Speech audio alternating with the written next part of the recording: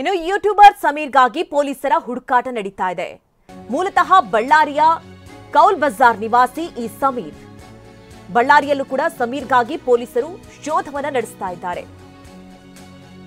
ಈತನ ಮೂಲ ಬಳ್ಳಾರಿ ಅಂತ ತಿಳಿತಾ ಇದ್ದಂತೆ ಪೊಲೀಸರು ಅಲ್ಲೂ ಕೂಡ ಶೋಧ ನಡೆಸ್ತಾ ಇದ್ದಾರೆ, ಹುಡುಕಾಡ್ತಾ ಇದ್ದಾರೆ.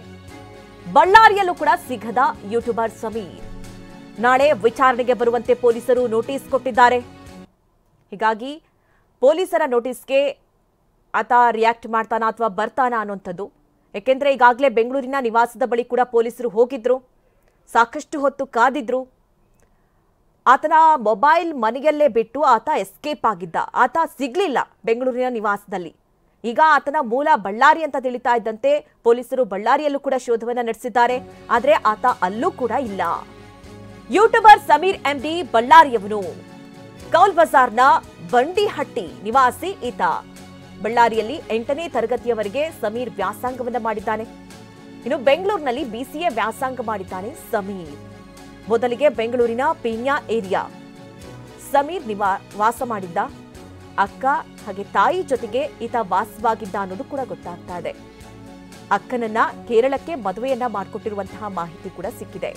ಇನ್ನು ಸಮೀರ್ ತಂದೆ ಮೃತಪಟ್ಟಿದ್ದಾರೆ ಅನ್ನುವಂತಹ ಮಾಹಿತಿ.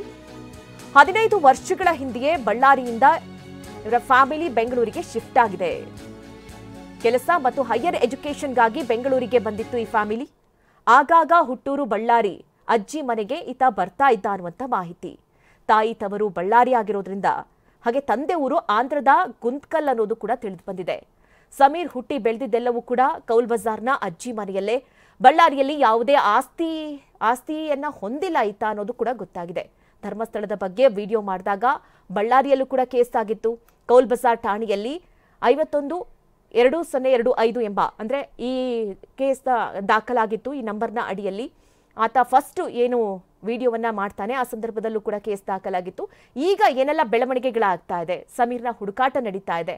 ಆದ್ರೆ ಆತ ಬೆಂಗಳೂರಿನ ನಿವಾಸದಲ್ಲೂ ಇಲ್ಲ, ಬಳ್ಳಾರಿಯ ನಿವಾಸದಲ್ಲೂ ಇಲ್ಲ. ಹಾಗಾಗಿ ಆತ ಎಲ್ಲಿದ್ದಾನೆ ಅನ್ನುವಂಥ ಹುಡುಕಾಟ ಮುಂದುವರೆದಿದೆ.